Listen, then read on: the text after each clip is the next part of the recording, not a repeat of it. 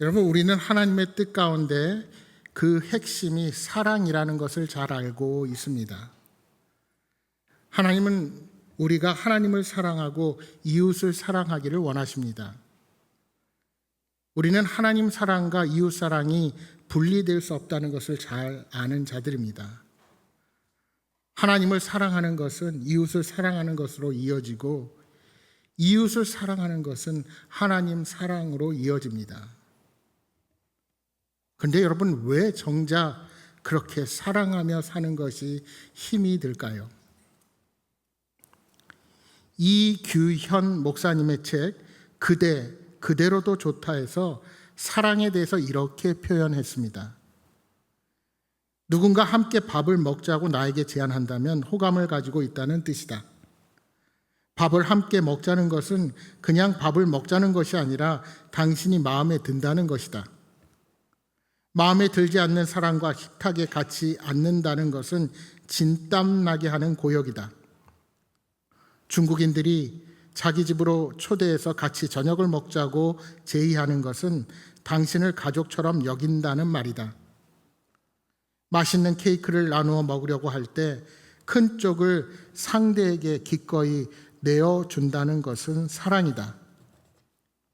인간의 이기심은 케이크를 반쪽으로 나눌 때도 여실히 드러나게 되어 있다. 사랑은 맛있는 반찬을 상대에게 슬쩍 밀어 넣어주는 아주 작은 몸짓에서도 표현된다. 사랑은 궁금증 환자가 되게 한다. 무엇을 좋아하고 무엇을 싫어하는지, 어떤 음식이나 색깔을 좋아하는지 궁금한 것이 많을수록 사랑이 깊어진다. 누군가 나에게 비밀을 털어놓는다면 사랑한다는 뜻이다. 묻지도 않은 자신의 이야기 보따리를 풀어놓는다면 나에게 의지하고 싶다는 뜻이다. 자신의 속을 풀어 헤치는 일에는 큰 용기가 필요하다. 말하고 싶은 것은 넘치고 있지만 들어줄 대상을 만나지 못해 병든 사람이 한둘이 아니다. 누군가 내가 꼭 갖고 싶은 것을 사주었다면 그건 사랑이다. 사랑은 저절로 독심술의 경지에 이르게 한다. 자꾸 상대가 한 말이 신경 쓰인다면 사랑하고 있다는 증거이다. 아침에 출근하는 남편에게 딸기가 먹고 싶다고 스쳐 지나가듯이 한마디 했는데 남편이 저녁에 사들고 온다면 그것은 딸기가 아니라 사랑 덩어리이다. 그러나 무엇인가 사들고 왔는데 남편이 좋아하는 군 고구마라면 이는 과하게 표현해서 같이 살고 싶지 않다는 뜻이다. 사랑은 언어보다 비언어에 더 민감해진다. 귀에 들리는 말이 아니라 말의 행간에 들어있는 숨은 의미와 꼭꼭 묻어둔 감정을 알아차리는 것이 사랑이다. 여러분, 내가 사랑한다면 절대 그 사람의 말을 쉽게 지나칠 수 없습니다. 내가 사랑한다면 그 사람에게 케이크 반쪽이라도 나누어 주고 싶어집니다. 사랑과 친절은 절대로 떨어질 수 없는 것입니다. 여러분이 너무나도 잘 아시는 대로 삭개오는 세리장이었고 그 지위를 이용하여 많은 돈을 벌었던 자였습니다. 그러니까 예수님 당시 그 시대의 잣대로 보면 그는 절대 위로를 받을 만한 인물이 아니었습니다. 그러나 예수님께서는 그의 영혼을 바라보시며 그 영혼의 궁핍함을 보셨습니다. 그리고 그 영혼의 고독감을 아셨습니다. 그렇기에 우리 예수님은 그에게 사랑을 베풀어야 한다고 생각하셨던 것입니다. 만약 우리 예수님께서 정의의 잣대로 그를 바라보았다면 절대로 삭개오의 집에 들어가셔서는 안 되었습니다. 왜요? 그는 로마의 빌부터 동족들을 착취하고 자기의 배를 채운 사람이었기 때문입니다. 여러분, 정의로 판단하면 그는 죽어 마땅합니다. 그러나 우리 주님은 정의만 보신 것이 아니라 그의 영혼, 그의 아픈 마음이 보이셨던 것입니다. 여러분, 얼마나 많은 사람들이 정의를 바로 세운다는 명목으로 복수할 때가 많이 있습니까? 여러분, 정권이 바뀔 때마다 지도자들은 제일 먼저 정의를 내세웠습니다. 그러나 정작 그렇게 바로 세운다는 정의로 인하여 무엇이 어떻게 바뀌었습니까? 정의를 가장하여 불의와 보복을 일삼고 자신을 정당화하는 것이 바로 죄인들이 살아가는 우리 인간 세상의 모습입니다. 놀라운 것은 그동안 정의로는 변화되지 않던 삭개오가 예수님의 그 친절한 사랑 앞에 변화되었다는 것입니다. 예수님을 만난 그의 인생은 완전히 바뀌었고 그는 자신이 가진 모든 것을 다 내놓았습니다. 더군다나 그는 거기에 그치지 않고 그가 가진 것으로 누군가를 사랑하며 돕는 사람이 되겠다고 결단합니다. 그렇습니다. 우리가 알고 있는 놀라운 변화, 감동적인 이야기들은 정의를 바로잡아서 일어난 것이 아니라 사랑으로부터 시작된 변화입니다. 그렇게 우리 주님은 십자가 위에서 아무런 조건 없이 희생하셔서 오늘 저와 여러분의 인생을 바꾸어 주셨습니다. 저와 여러분은 죄인이요 죽을 수밖에 없는 심판을 받아야 할 존재들인데 예수님께서 대신 죄의 값을 지불하셔서 우리는 그 사랑의 빚진 자가 되었습니다. 여러분, 오늘 본문을 자세히 보시면 사도 바울이 한 가지 사랑을 굉장히 강조하고 있는 것을 알 수 있습니다. 여러분, 8절에서 10절의 말씀을 우리 한 번 더 함께 읽어보실까요? 우리 화면 보시면서 8절에서 10절 읽어보겠습니다. 피차 사랑의 빚 외에는 아무에게든지 아무 빚도 지지 말라. 남을 사랑하는 자는 율법을 다 이루었느니라. 간음하지 말라, 살인하지 말라, 도둑질하지 말라, 탐내지 말라 한 것과 그 외에 다른 계명이 있을지라도 내 이웃을 내 자신과 같이 사랑하라 하신 그 말씀 가운데 다 들었느니라. 사랑은 이웃에게 악을 행하지 아니하나니 그러므로 사랑은 율법의 완성이니라. 아멘. 여러분, 사실 이 세 구절은 같은 말씀입니다. 이 짧은 구절 안에 같은 뜻을 세 번이나 기록한 이유는 강조하기 위함입니다. 그 핵심은 율법의 완성이 사랑이라는 것입니다. 우리는 율법을 생각하면 십계명을 가장 먼저 떠올립니다. 여러분이 잘 아시는 대로 십계명은 크게 둘로 나눌 수 있습니다. 1에서 4계명은 하나님에 대한 사랑이요, 또한 5번째 계명에서 10번째 계명까지는 이웃에 대한 계명이라 할 수 있습니다. 그러나 그 10계명을 그 외 모든 계명을 다해서 단 하나의 단어로 이야기한다면 바로 그것이 사랑입니다. 왜입니까? 사랑은 율법의 완성이기 때문입니다.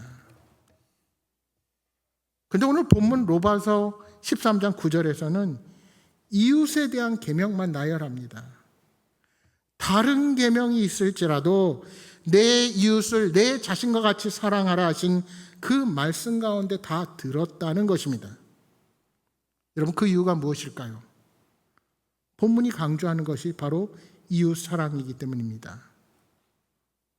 우리는 입술이 아니라 마음으로 이웃을 사랑하는 삶을 살아야 합니다. 내가 이웃을 사랑한다면 어떻게 간음할 수 있습니까? 이웃을 사랑하는데 어떻게 이웃의 생명을 취할 수가 있겠습니까? 어떻게 그의 물건을 탐하거나 훔칠 수가 있겠습니까? 그가 하나님으로부터 복을 받았다고 어떻게 그 복을 시기할 수가 있겠습니까? 여러분, 이 모든 계명이 존재하는 이유는 오직 하나, 오늘 저와 여러분 안에 죄가 있기 때문입니다. 여러분, 죄는 언제나 희생자를 만들어냅니다. 이 땅에 누군가 희생시키지 않는 죄는 하나도 없습니다. 죄는 이웃을 파괴하고 공동체를 파괴합니다. 하지만 사랑은 그 죄로 인하여 파괴된 사람을 치유하는 능력이 그 안에 있습니다.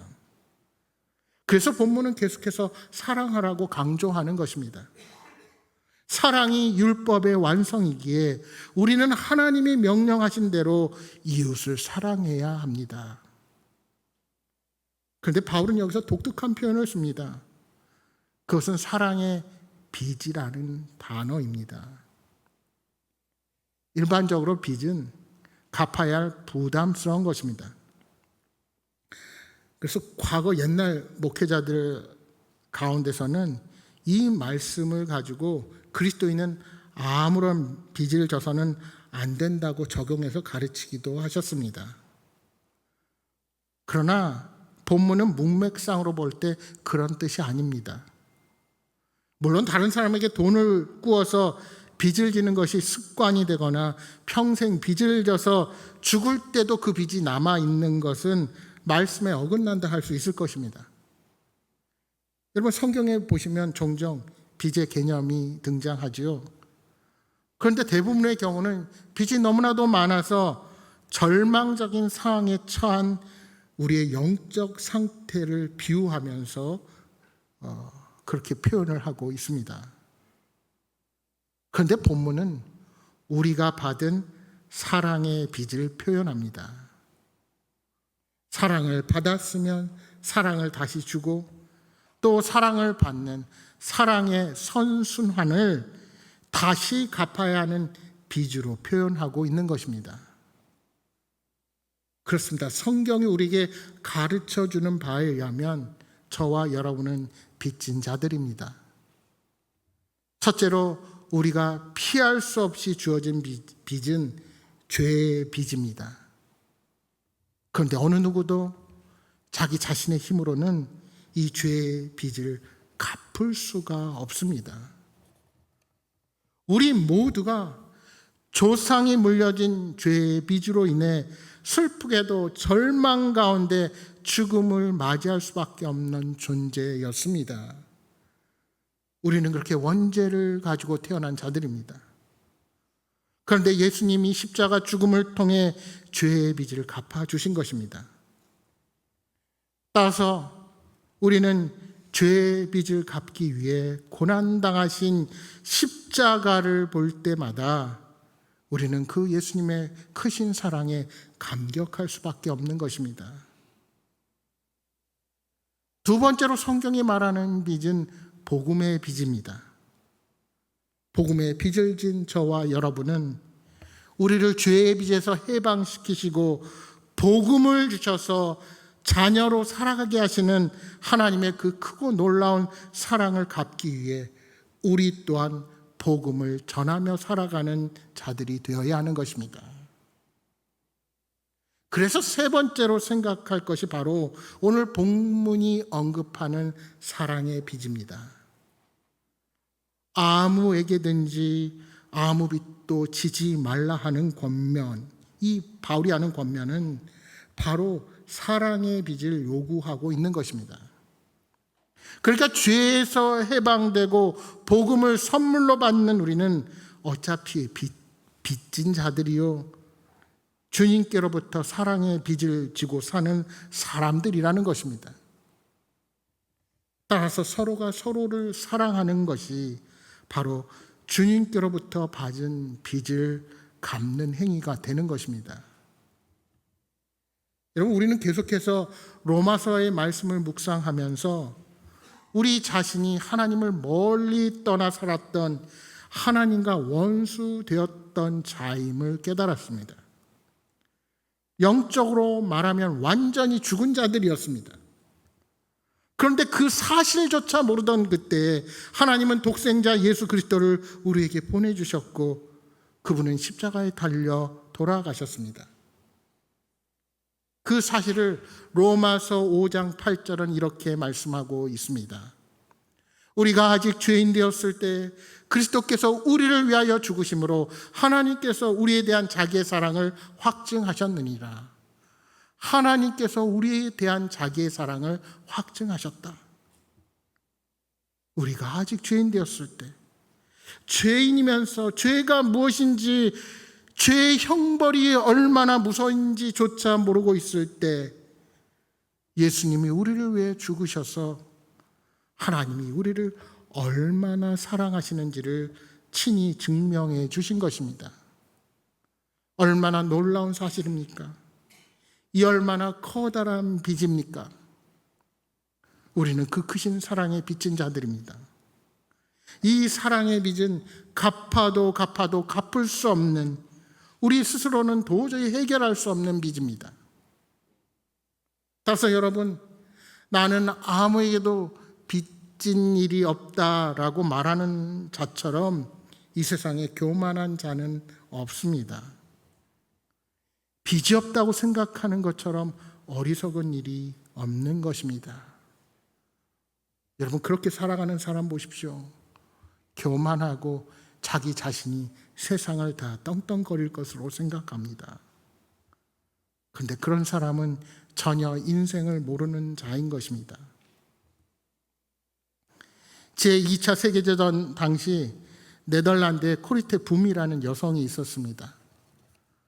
이 코리테 붐의 가족들은 유대인들을 숨겨주다가 나치에게 체포되어 수용소로 끌려갔습니다.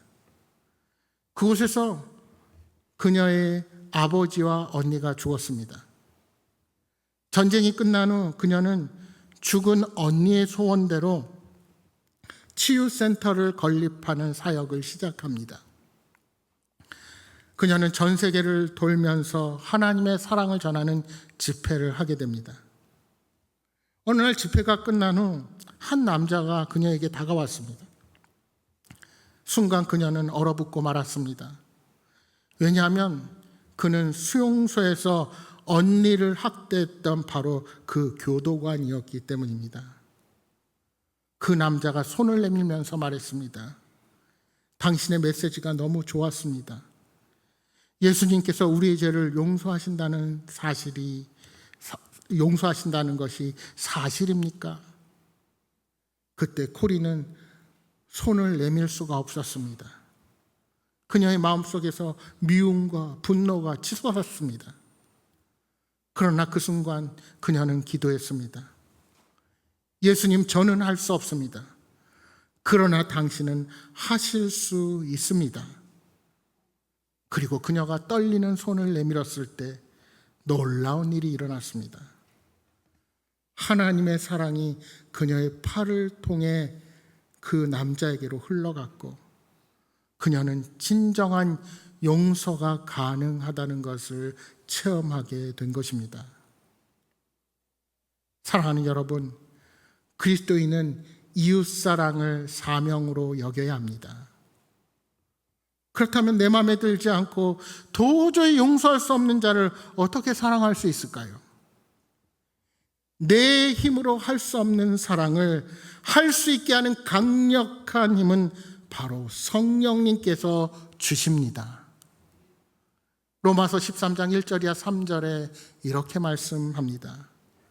내가 사람의 방언과 천사의 말을 할지라도 사랑이 없으면 소리나는 구리와 울리는 꽹과리가 되고 내가 예언하는 능력이 있어 모든 비밀과 모든 지식을 알고 또 산을 옮길 만한 모든 믿음이 있을지라도 사랑이 없으면 내가 아무것도 아니요 내가 내게 있는 모든 것으로 구제하고 또 내 몸을 불사르게 내줄지라도 사랑이 없으면 내게 아무 유익이 없느니라. 사랑이 없으면 내게 아무 유익이 없느니라. 우리가 아무리 신령한 것을 행한다 할지라도 사랑이 없으면 아무것도 아닙니다. 우리가 하는 선행, 우리가 하는 헌신과 봉사에 사랑이 없다면 그것은 내 자신의 의를 드러내고 나의 모습을 자랑하는 것밖에 아무런 성령의 열매를 맺지 못하는 것입니다.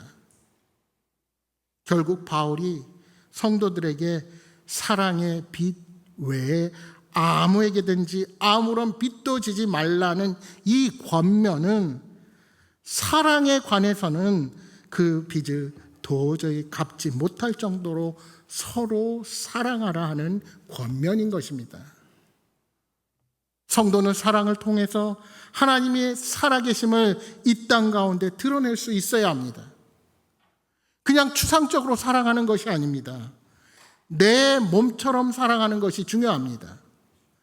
나를 대하듯 상대방을 사랑하고, 나를 대하듯 이웃을 사랑하고, 나를 대하듯 직장에서 맡은 일을 사랑하고 그 임무를 완성하며 나를 대하듯이 지역사회와 국가를 먼저 사랑하는 자로 서야 하는 것입니다. 그러니까 성도는 하나님께서 가르쳐 주신 그 사랑을 가지고 세상 가운데 그 사랑을 실현하는 존재로 서야 한다는 것입니다. 그러니까 우리가 믿고 추구하는 것이 바로 그리스도의 사랑으로 드러나야 하는 것입니다. 요한일서 4장 11절 12절에 이렇게 말씀합니다. 사랑하는 자들아, 하나님이 이같이 우리를 사랑하셨은즉 우리도 서로 사랑하는 것이 마땅하도다.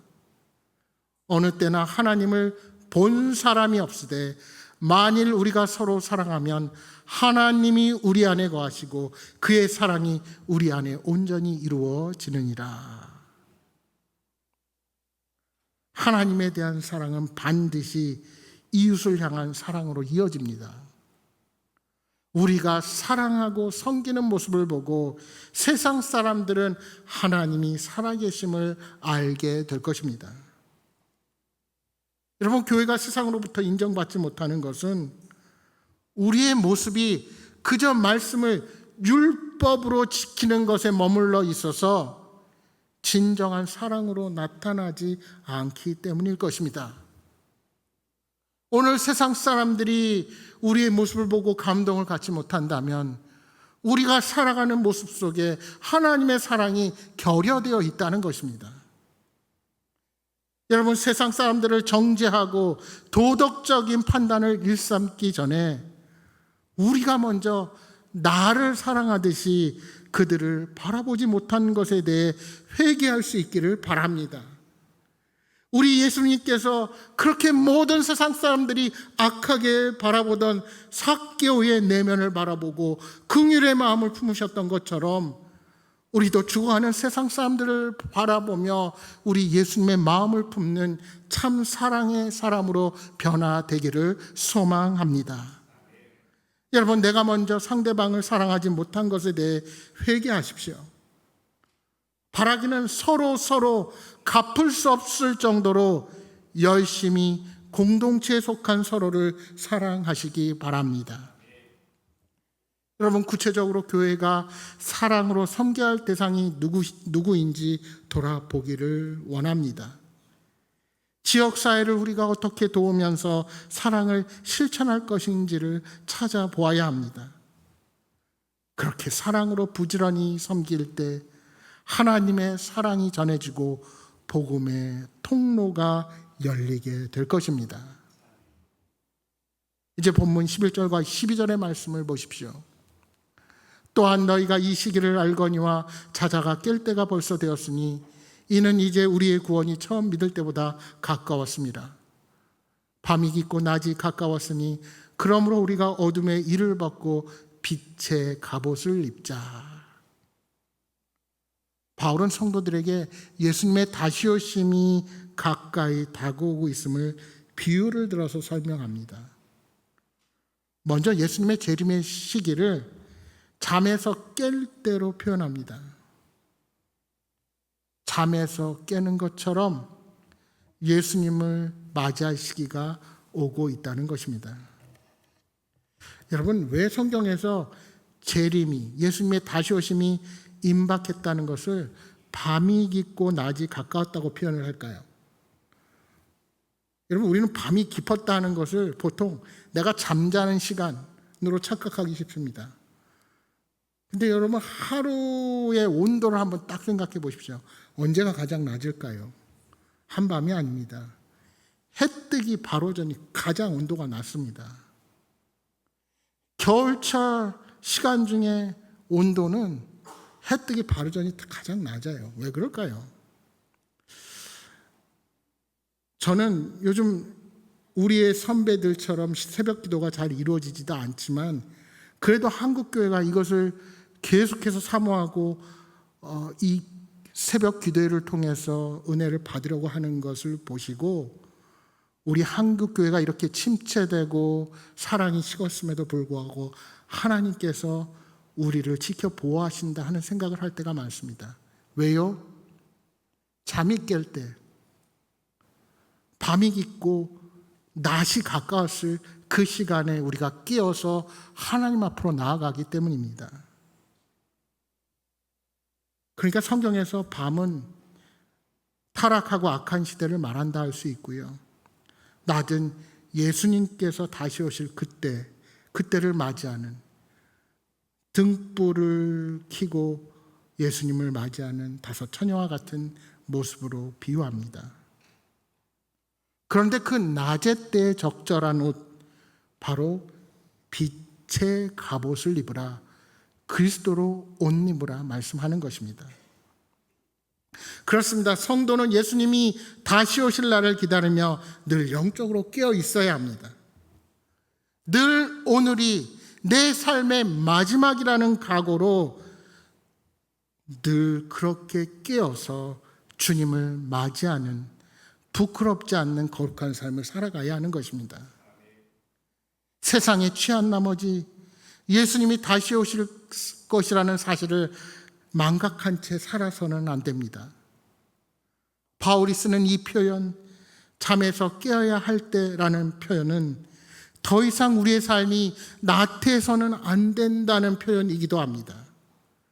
더 이상 세상 속에서 물러서지 말고 일어나 빛을 발하라는 것입니다. 확고한 재림신앙을 가지고 영적으로 깨어서 흔들리지 않는 믿음으로 이 땅을 살아가시기 바랍니다. 어둠 가운데 빛을 발하는 자가 되십시오. 여러분, 종말의 때를 기다리는 것은 결코 두려운 일이 아닙니다. 우리의 종말은 예수님께서 이 땅에 다시 오신다는 그 약속이 실현되는 기쁨의 날입니다. 따라서 요한계시록 22장 20절의 말씀처럼 아멘 주 예수여 오시옵소서 하는 믿음의 고백이 저와 여러분에게 있어야 합니다. 그래서 우리는 정결한 삶을 살아야 하는 것입니다. 이것이 바로 낮에와 같이 단정히 행한다는 말로 표현하는 것입니다.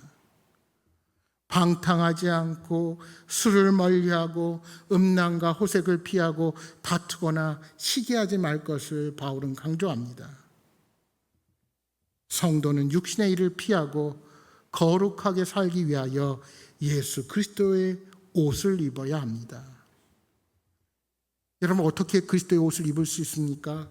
예수님과의 지속적인 교제 관계 가운데 늘 그분의 성품을 닮아가고자 애를 써야 합니다. 하나님 앞에 죄에 빠지게 하는 삶의 그 어떠한 요소들도 과감하게 버리시기 바랍니다. 오늘 내 삶에 남아있는 악한 것들이 무엇인지 발견하고 완전히 끊어내는 훈련을 하십시오. 그리고 거룩한 삶을 위해 기본이 되는 우리의 예배와 기도와 말씀 묵상, 찬양, 말씀에 순종하는 것 등등 우리의 경건 생활이 흐트러지지 않았는지 늘 내 자신을 살펴보는 지혜로운 자들로 서시기를 바랍니다.